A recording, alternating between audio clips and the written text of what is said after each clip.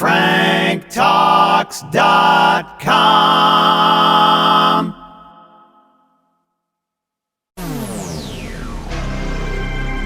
This is an exclusive excerpt from the Stuff File program with Peter Anthony Holder. More and more each day, we are connected to each other via social media, especially the younger generation. So what role does social media play in our relationships?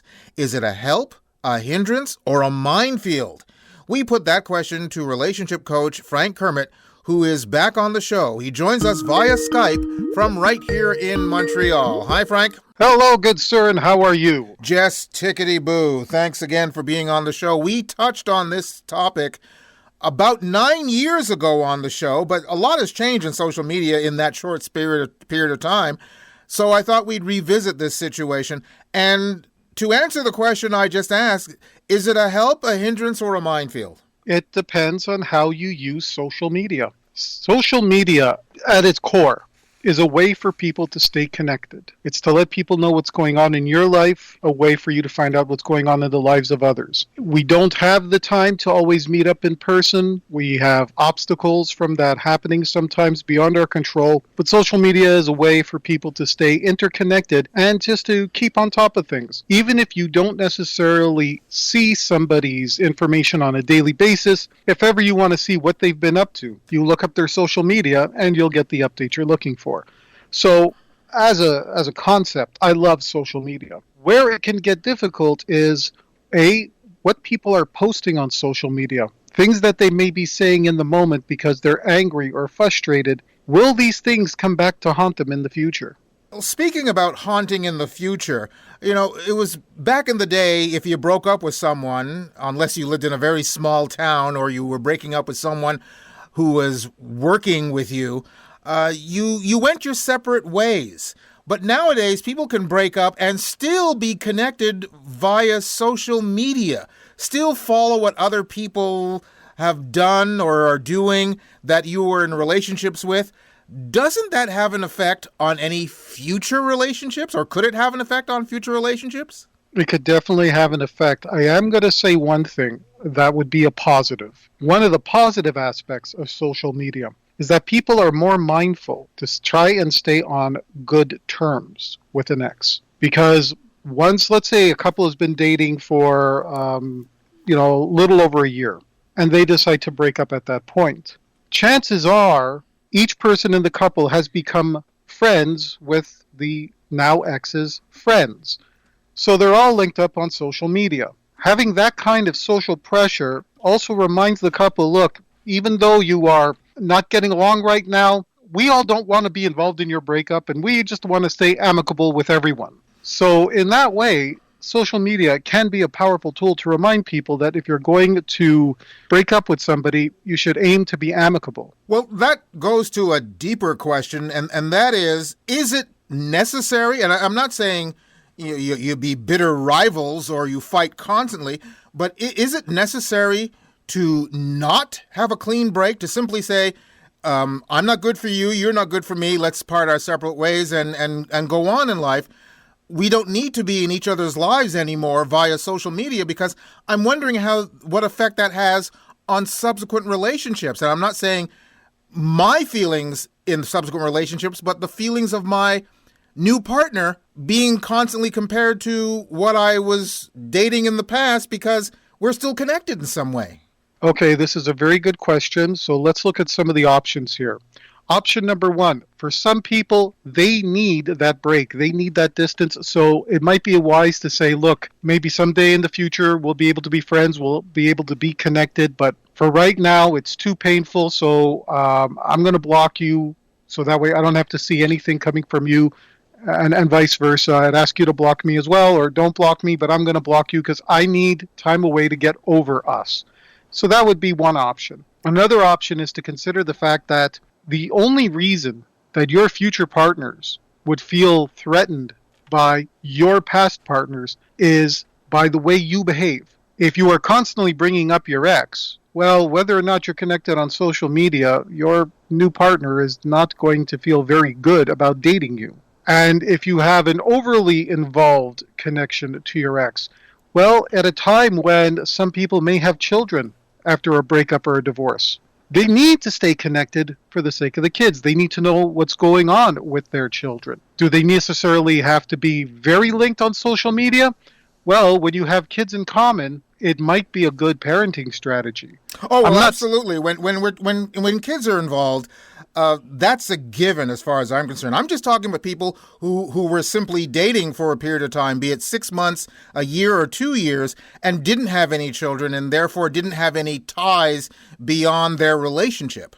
It can be a deterrent. It can be a deterrent for certain people who say, look, if you're connected with any of your exes, I'm just not going to want to deal with you at all.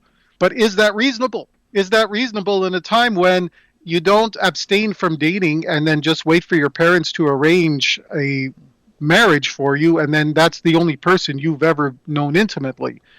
In a time when people are going to date and maybe over the course of a year have 3 new exes to add to that pile, is it really reasonable to assume that a person's never going to have any contact with any ex in order for you to be open to dating them? You're probably using that as an excuse for your own fears of intimacy.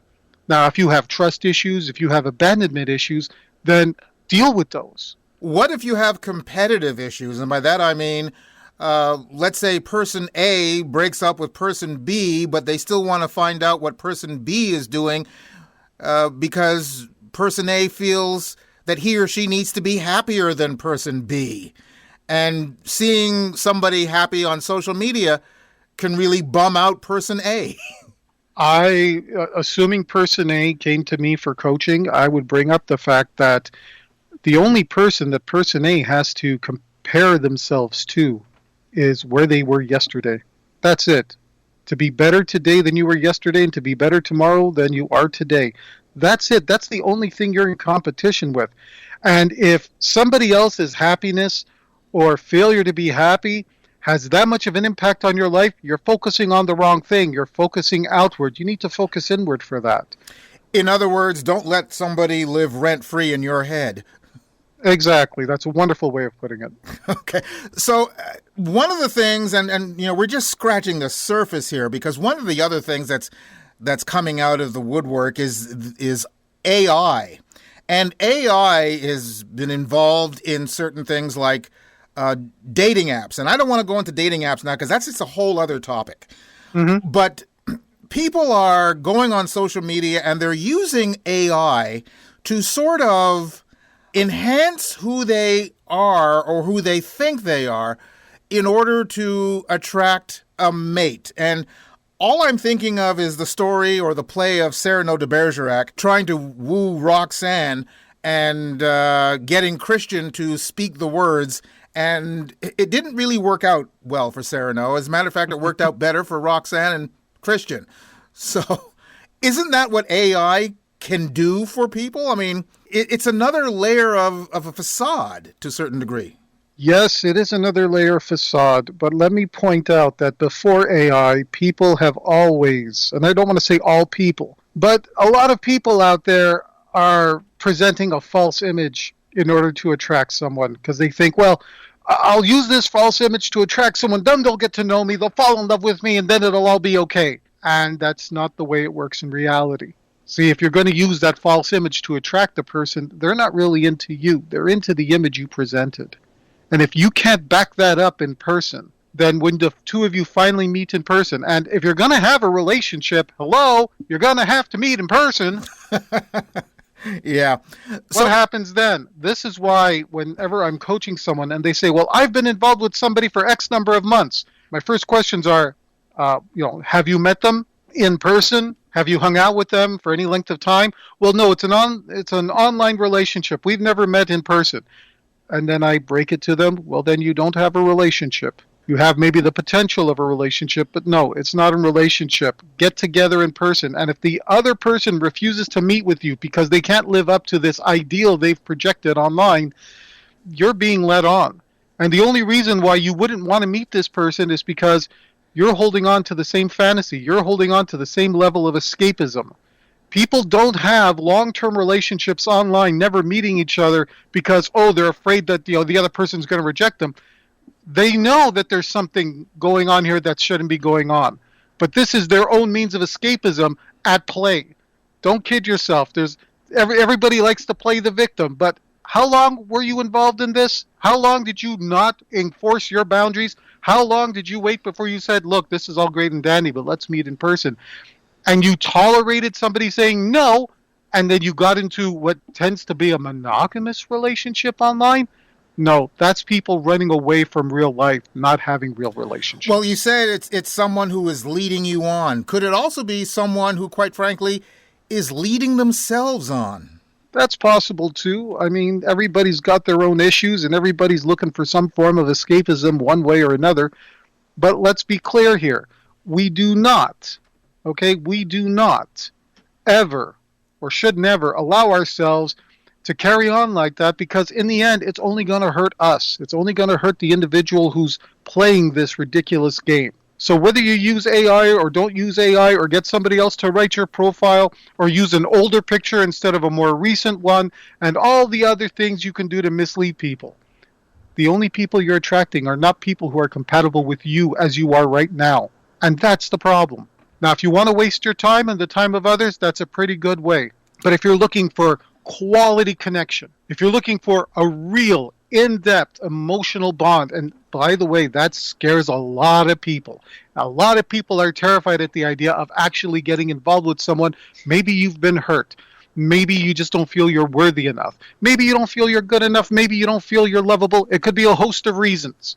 But if you want something real, you're better off just being brutally honest about what you have to offer, the things about yourself that you think others may not like, and look to connect on that level. It might take you a little longer to find someone, but when you do, that connection will be magical.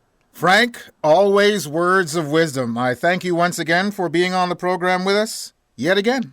And I look forward to the next time. All the best, sir. Relationship coach Frank Kermit. You can check out his website at franktalks.com, and you can go to my website at thestuffile.com, check out the show number for this program, which is show number 0706, and you'll find the link to his site. You've just heard an exclusive excerpt from the Stuff File program with Peter Anthony Holder. To hear any or all of the full hour-long shows, visit thestuffile.com. Stuff is spelled S-T-U-P-H. That's thestuffile.com. A presentation of Flying Fish Communications. Need help with love, sex, dating, and relationship issues? Help from Frank Kermit, the best-selling author and Canada's most international relationship coach, is only a click away at franktalks.com. Coaching available in person, by phone, and by Skype. For singles, couples, and alternative lifestyles, franktalks.com.